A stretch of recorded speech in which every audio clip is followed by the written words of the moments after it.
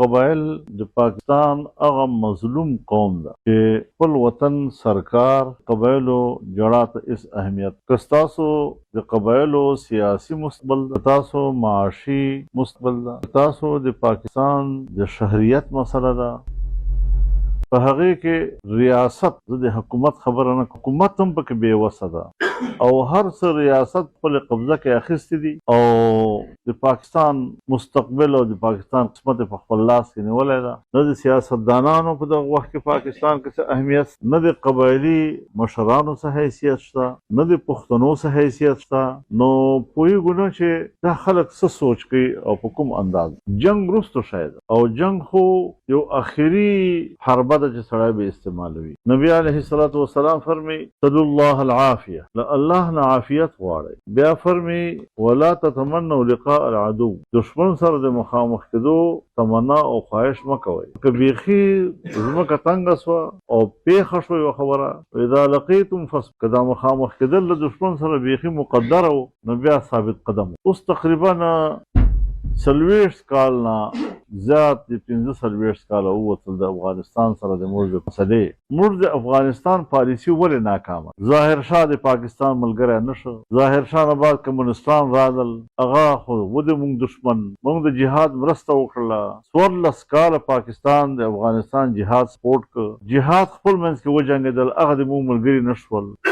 موږ په مجاهدینو کې یو خپل کبل پردی که، طالبان راپورته شول، موږ د طالبانو ملګرتیا وکړله، بیا مو هغه طالبان پسې راواخیستل، بیا کرزي او اشرف غني راغلل، بیا هغه له انډیا سره وابسته و، 20 کاله دغه جنګ وچلېده. اوس بیا په افغانستان کې امارت راغی، اوس امارت او پاکستان بیا سره، او بیا پاکستان خو خبرې ډېرې ښې کوي، دا ټول په مونږ ګرم او مونږ په هېڅ چا نه یو ګرم، او بیا مونږ ورته نمک حرام وایو. تاسو ټول پښتانه یې، د درنو ټبرو د درنو کورنیو خاوندان یې، د میلمه قدر و قیمت څونه پښتون کې قبایل ډېر ښه پېژني. تقریبا د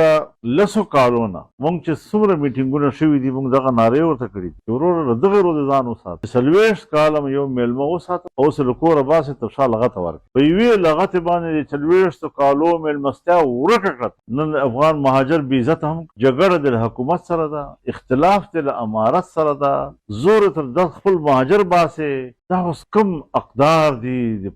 وطن د پښتو د اسلام د شریعت او کوم ذلت او رسوایۍ سره دا خلک له پاکستانه وباسل، تر شا ورته وایو چې ته خو نمک حرام هم. نو که دی ته په جواب کې ووایي چې د ضیاءالحق زمانې نه راواخه تر اوسه پورې د امریکې ډالر د ما په سر اخیستی، پاکستان خزانه د زما په سر باندې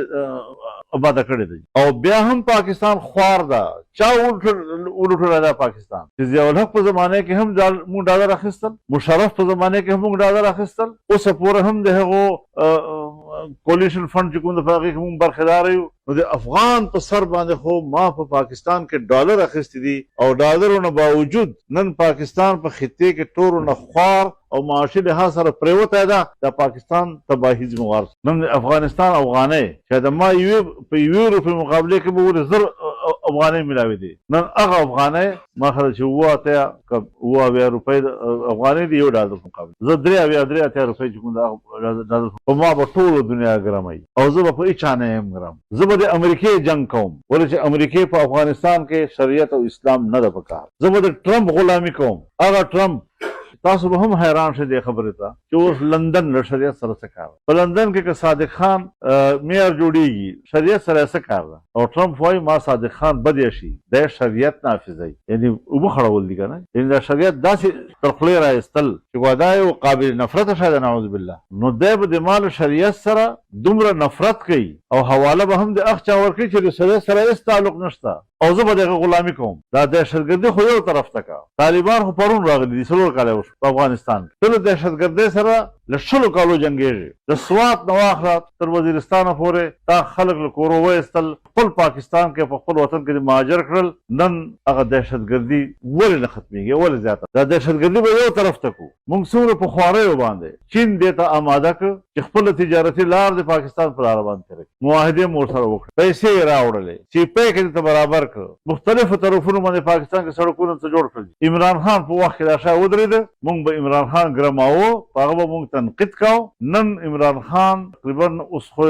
دغه د تلو درېیم کال خو شو لیکن نن هم یوه خښته نه ده لګېدلې په مخ یو لرګی له پاکستان نه په ګواده تجارت هم ده وتایي دا به د چا ذمهواري هلته بلوچ مسلح خلک رالل سپیک لاره یې ونیوله دلته طالبان رالل سپیک لاره یې ونیوله چین ته وایي پیسې راکړه چې زه دهشتګردي سره جمع امریکا چې خپل ټول سیاست یې د عین علیه والنبات د دهشتګردۍ په بنیاد باندې پورته کړی و نن په دغه وخت کې په پاکستان کې د دغو طالبانو او د دغو مسلح خلکو خلاف هغه خوله ولې نه پرې کوي ولې بند دی هغه او زه په جنګ کې ورسره اخته یم تر دې حده پورې چې زه دومره وروسته راغلم سپیک ټول علاقه دوی نیولې دریاسین د قبلې طرف دا دوی نیولی او د دغه دریاسین په بل طرف باندې امن دا کومه پالیسي ده دا کوم سیاست ده پوه خو دې کې مونږ بحث خو را سره وکړي په اسمبلې کې خو د ډیبیټ وکړي بس ناراضه دي تاسو په فوج تنقید کوئ تاسو په فوج مونږ قرباني ورکړو مونږ قرباني ورکړو سره خو ټول دنیا قرباني ورکوي خو طالب وایي زه قرباني ورکړم زه قرباني ورکوم د قربانۍ سهاره خوار یې واخلي د وینې سهاره خوار یې واخلي دا کوم داسې امتیاز ده چې ته دعوه کوي او بل نه کوي لیکن دغو حالاتو د وجه نه نن په پاکستان کې مشکلات حکومت بې وسه عدالت بې وسه عوام بې وسه قبایل بې وسه او فوج او جنرالانو هر څه په خپله قبضه کې نیولي دي او وایي چې هره پیسه به مونږ او دا د جنګ نه علاوه په هېڅ هم نه ما ورسره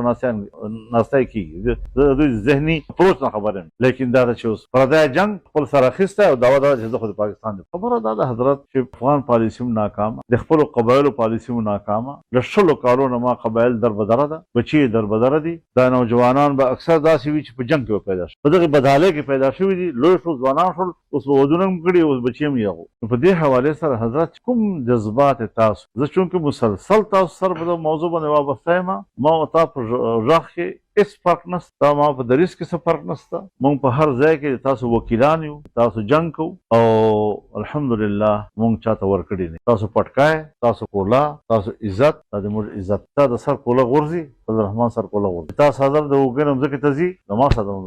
ما په ځان او په تا کې فرق نه ده جمعیت علماء اسلام یو کارکن په هر ځای کې تاسو سره ولاړ ما ته سزا ملاویږي له باجوړ نه واخه تر وزیرستان پورې زما علما شهیدان کیږي په موږ حملې کیږي کوشش را باندې کیږي په جلسې بربادي عہدیداران مو شهیدان کیږي کوم جرم کوي وجه صداقت نو دا مظلومیت احساس او د موږ شریک او دا یو فورم بنئ چې موږ په هغې باندې په جرأت سره خپل موقف نه ظاهر په پاکستان داخلي سیاست کې هم خپل یو مقام لرو خپل عزت لرو له آئین سره ولاړ یو له پارلیمنت سره ولاړ یو له جمهوریت سره ولاړ یو له پاکستان سره ولاړ یو هېڅ داسې له قانون او له آئین نه بهر مو یو داسې عمل نه ده لیکن دا خو به وایو چې د پاکستان افغان پالیسي د اول روز نه تر ننه پورې نتیجه نه راوړي الټه نتیجې راوړي خو ناکامه یو پالیسي څوک جوړوي ولې قوم ته اختیار نه ورکوي چې قوم په خپله باندې پالیسي جوړه کړي افغان ملت او پاکستان ملت او قبایل نه دي یو بل سره دشمن او بیا د ډیورنډ کرښه خو زموږ دومره شریکه ده چې زموږ د یو قبایلي کور کوټې په افغانستان کې د غولی پاکستان کوټې پاکستان کې د غولی پاکستان محراب په افغانستان کې د مقتدیان امام په افغانستان کې ولاړ مقتدیان پاکستان کې ولاړ دومره سره شریکه یو برادري یو قوم او دا تقریبا 2.5 کیلومترو نه زیات دا کرښه دواړو طرف ته ایک یو قوم آباد ده او پښتون قوم ایک یو قوم آباد نو که هغه طرف ته پښتون بربادېږي ورسره عزیز دېخوا پروت دېخوا قبایل بربادېږي عزیز هغه طرف ته پروت داسې به خو ټول ما کتلي دي حضرت تر کومې پورې دا سپینې تیږې پورې دغه پورې په خپله تللی یم دغو علاقو انګورو ډې ته تللی یم شپه مې افغانستان کې او جلسه مې پاکستان کې دا ټولې علاقې ماته معلومې دي لهذا تاسو دا اطمینان لرئ انشاءالله تاسو دا جړه تاسو دا شکایت تاسو دا مشکلات دا زموږ خپل مشکلات دي او انشاءالله هر ځای یو فورم باندې په دغه موضوع خبره راځي موږ به داسې بولې لکه خپل ځان وکیلان نور د الله تعالی اسانه کې امتحانونه دي ازمایښونه دي قومونو باندې راځي او څه به زموږ ګناهونه وي الله تعالی دې موږ څخه خپل ګناهونه معاف کړي نو خدای طرف ته به هم توجه کوو